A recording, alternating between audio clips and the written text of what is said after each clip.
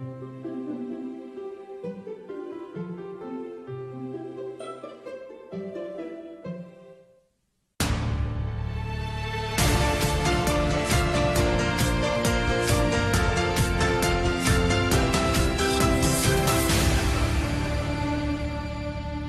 evening and welcome to KMTV. I'm Louisa Britton. Your top stories tonight. Sex offender behind bars. Herne Bay footballer admits racial attack. And one and counting, Pennock counts down to first game in charge. But first this evening, a man's been sent to prison for a year after he tried to arrange to have sex with a 14-year-old boy. 35-year-old Neil Pryor was arrested after a group called The Hunted One pretended to be the teenager online. Pryor used a dating app to arrange the meeting in Maidstone. He admitted he'd been grooming him for 2 months. He will appear on the sex offenders register for 10 years. A grandmother in Sittingbourne had to lie in a supermarket car park for 3 hours while she waited for an ambulance. Karen Barnes was knocked down by a car outside Aldi and was lying on the cold ground in pain as she waited for help. Emergency services were unable to get there before the 3-hour wait due to being overstretched. The NHS across North Kent and Medway have been warning patients it's experiencing unprecedented levels of demand for A&E services. In a statement, officials have apologised to Mrs Barnes. A taxi driver told a jury he was left with 4 of his teeth embedded in his gums after an incident involving 3 Kent footballers. Amir Masomi said he was racially abused, punched and kicked in Canterbury. Herne Bay defender Harry Browns admitted racially aggravated assault and criminal damage. His brother Ben, who also plays for Herne Bay, as well as friend Stuart Fitchie, both deny assaulting Mr Masomi and causing him actual bodily harm.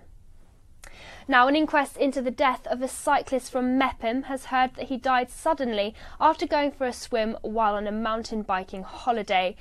Gareth Collins was found in the swimming pool of a rented villa last July during the first day of a trip to Épagny-Metz-Tessy in France.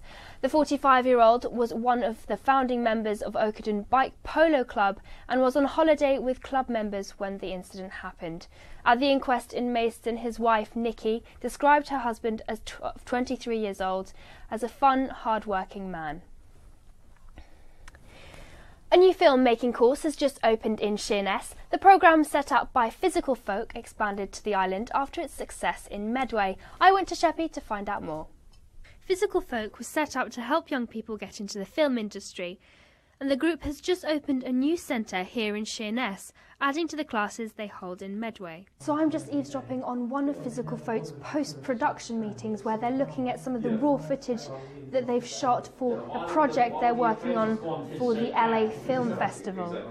Overall, there are now 12 students learning how to make films from scratch. Physical Folk is a social enterprise designed to introduce creativity into communities that wouldn't normally be able to afford it or get access to it. So an example, some of our participants have got autism, others have got other support needs. Initially, our first project with Physical Folk was the film Hidden Consequences. We did that for MCCH, which is a mental health charity, around disability hate crime. It is a programme not just about acting, it's about how to make a film and all the different roles within that. We're particularly trying to push to get more females involved in the film industry, more people with disabilities and also more ethnic minorities. All we're looking for, and this is all the film industry is looking for, is enthusiasm, ability to work hard and have ideas. Rob Bitton was the lead in Physical Folk's first project. He has since found an agent and been offered work as an actor. That was a good experience for me. I think it's preparing me to practice the acting. The story is about a boy who's been bullied in school,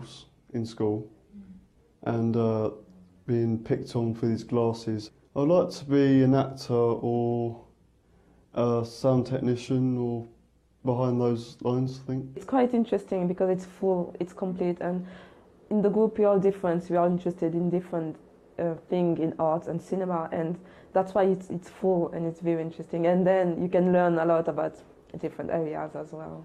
Personally, I learned to be a runner you can touch everything. You're like the assistant during the production, and it's very interesting. It's a fast pace. I wanted to be an actress. I'm really interested in being an actress, but since the program, there are a lot of things interesting. No doubt over the next few months they'll be working hard on their newest project, which will be submitted to the LA Film Festival, and we'll just have to wait until Easter to find out whether they've won.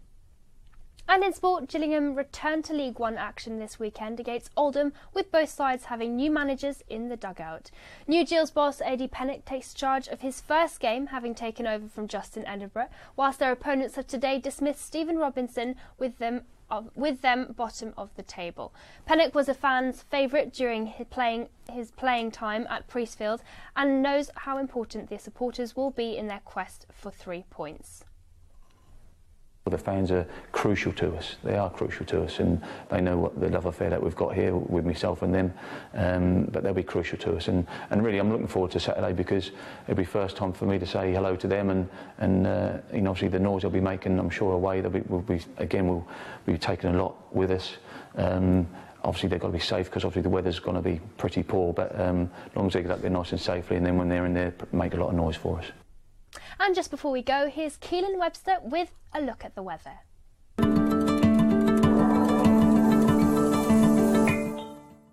Make sure you batten down the hatches this evening, because snow is set to make it a white night with extreme winds of up to 40 miles per hour, making it particularly chilly. And it'll be much of the same tomorrow, with a snowy start across the county and those winds still remaining high. It'll all have calmed down by Friday afternoon though, with the sun poking its head out from behind the snowy clouds as winds drop and temperatures begin to increase. Evening, we'll be back again tomorrow with all the latest stories from across your county. In the meantime, don't forget you can always keep up to date by listening to KMFM or logging on to kentonline.co.uk. Have a wonderful evening. Good night.